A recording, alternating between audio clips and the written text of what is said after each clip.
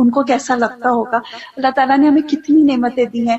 میں ہاتھ اٹھا کے پانی نہیں پی سکتی تھی, میں ان کو اشارے سے کہتی تھی کہ مجھے پانی دے دیں, تو ان کو سمجھ نہیں آتی تھی. پھر وہ کسی طرح پانی کا گلاس قریب آیا تو میں اٹھا نہیں سکتی تھی, اٹھایا منہ میں ڈالا تو میں سوالو نہیں کر سکتی تھی. تو آئی واز جسٹ تھنکنگ کہ ایک پانی کا گلاس پینا ہم کتنا نارملی اٹھایا اور پی لیا, لیکن آپ اٹھا نہ سکیں, منہ تک لے جا نہ سکیں, اس کو ڈال نہ سکیں, اور منہ میں چلا بھی گیا تو پھر اس کو سوالو نہ کر سکیں. ایک ایکٹ میں اللہ تعالیٰ کی کتنی رحمتیں ہیں اور نعمتیں ہیں, ہم کتنی دفعہ الحمدللہ کہیں. الحمدللہ, مطلب I mean I have a list of جو میریکلز ہیں. میرے خیال میں اس میں یہ ضرور کہوں گی کہ میں لوگوں کو یہ کہتی ہوں کہ میں تو معجزہ ہوں دعاؤں کا, لیکن جن لوگوں نے میرے لیے دعا کی ہے انہوں نے کتنی تڑپ کے مانگی تھی کہ اللہ تعالیٰ نے سب کی دعا میرے لیے قبول کی ہے. الحمدللہ. جزاک اللہ خیر. سعید کہتے ہیں کہ میں سلمان کے ساتھ کندا میں ایک مریض کی عیادت کے لیے گیا. جب وہ مریض کے پاس آئے تو انہوں نے کہا خوش ہو جاؤ. اب اگر ہم کسی مریض کو کہیں خوش ہو جاؤ تو وہ آگے سے شاید مائنڈ ہی کر جائے, لیکن ساتھ ہی انہوں نے یہ کہا کہ بے شک مومن کے مرض کو اللہ تعالیٰ کفارے اور اپنی رضا کا سبب بنا دیتے ہیں, اور فاجر کا مرض ایسا ہے جیسے کہ اونٹ کہ اس کے مالک نے اسے باندھ دیا, اس کے بعد چھوڑ دیا اور اسے خبر نہیں کہ کیوں باندھا اور کیوں کھولا, کیوں ہنکا دیا. پھر اسی طرح آگ کے عذاب کا بدل بننے کے لیے بھی بیماری آتی ہے, یعنی آخرت کے عذاب سے بچاؤ کے لیے. ابو ہریرہ سے روایت ہے کہ رسول اللہ صلی اللہ علیہ وسلم ایک مریض کی تیمارداری کے لیے تشریف لے گئے جسے بخار تھا. میں بھی آپ کے ساتھ تھا. آپ نے اسے فرمایا خوش ہو جاؤ, بے شک اللہ تعالیٰ فرماتے ہیں یہ بخار میری آگ ہے جسے میں اپنے بندے پر دنیا میں مسلط کر دیتا ہوں تاکہ اس کی آخرت والی آگ کے عذاب کا بدل بن جائے. اس لیے بخار کو کبھی برا بھلا نہیں کہنا چاہیے, نہیں, دنیا کا بخار آخرت کے عذاب سے بچاؤ کا ذریعہ بن جاتا ہے. پھر اسی طرح عام دنوں میں انسان جو نیک عمل کرتا رہتا ہے, بیماری میں اگر نہیں کر سکتا تو وہ اس کے لکھے جاتے ہیں. نبی صلی اللہ علیہ وسلم نے فرمایا دن بھر کا کوئی عمل ایسا نہیں جس پر مہر نہ لگائی جاتی ہو. چنانچہ جب مسلمان بیمار ہوتا ہے تو فرشتے عرض کرتے ہیں اے اللہ, اے ہمارے رب, تو نے فلاں بندے کو روک دیا, یعنی اب وہ یہ نہیں کر سکتا جو پہلے ہر روز کرتا تھا. رب عز و جل فرماتا ہے کہ اس کے تندرست ہونے تک جیسے وہ اعمال کرتا ہے ان کی مہر لگاتے جاؤ, یا یہ کہ وہ فوت ہو جائے تو پھر اور بات ہے. یعنی بیماری میں ان سارے اعمال کو اس کے لیے مہر لگاتے جاؤ, یعنی انہی اعمال کو ریپلیکیٹ کرتے جاؤ کہ گویا کہ وہ کر رہا ہے. رسول اللہ صلی اللہ علیہ وسلم نے فرمایا جب کوئی بندہ بیمار ہوتا ہے یا سفر میں جاتا ہے تو اس کے وہ تمام عمل لکھ دیے جاتے ہیں جو وہ حالت قیام اور زمانے تندرستی میں کیا کرتا تھا. اور دنیا میں جن پہ تکلیف آتی ہے اگر وہ صبر کرے تو قیامت کے دن ان کو ملنے والے اجر کو دیکھ کر لوگ تمنا کریں گے کاش ہماری جلدیں کینچیوں سے کاٹ دی جاتی. پھر اسی طرح بعض بیماریوں میں جب لوگ فوت ہو جاتے ہیں تو شہادت کا ثواب ملتا ہے. رسول اللہ صلی اللہ علیہ وسلم نے فرمایا فی سبیل اللہ مارے جانے کے علاوہ 7 طرح کی شہادت اور ہے. ایک وہ جو طاعون کی بیماری میں مرے, دوسرے جو پانی میں ڈوب کر مرے, تیسرے جو ذات الجم جیسے پھیپھڑوں کی بیماری اس میں مرے, چوتھا پیٹ کی بیماری میں مرنے والا, پانچواں جل کر مرنے والا, چھٹا چھت یا دیوار کے نیچے دب کے مرنے والا, ساتویں وہ عورت جو حاملہ ہو اور مر جائے. یہ سب شہید کہلائیں گے, یہ سب بھی شہادتیں ہیں. پھر اللہ کے اذن سے بیماری جو ہے وہ جنت میں داخلے کا ذریعہ بھی بنتی ہے. اور اس میں وہ خاتون جس کو مرگی کا دورہ پڑتا تھا اور اس نے دعا کے لیے کہا تو آپ نے فرمایا اگر تم چاہو تو صبر کرو, تمہارے لیے جنت ہے, اور چاہو تو میں تمہارے لیے دعا کر دوں کہ اللہ تمہیں صحت اور عافیت دے دے. تو اس نے کہا کہ میں صبر کروں گی لیکن میرا سطر کھل جاتا ہے, تو آپ دعا کریں کہ میں جب بے ہوش ہوں تو پھر میرا سطر نہ کھلے. تو آپ نے اس کے لیے دعا کر دی. آج کے لیے اتنا ہی کافی ہے, انشاءاللہ تعالی باقی کل سیکھو کنٹینیو کریں گے. جزاکم اللہ خیرا وآخر دعوانا ان الحمد للہ رب العالمین. سبحانک اللہم وبحمدک اشہد ان لا الہ الا انت استغفرک واتوب الیک. السلام علیکم ورحمۃ اللہ وبرکاتہ.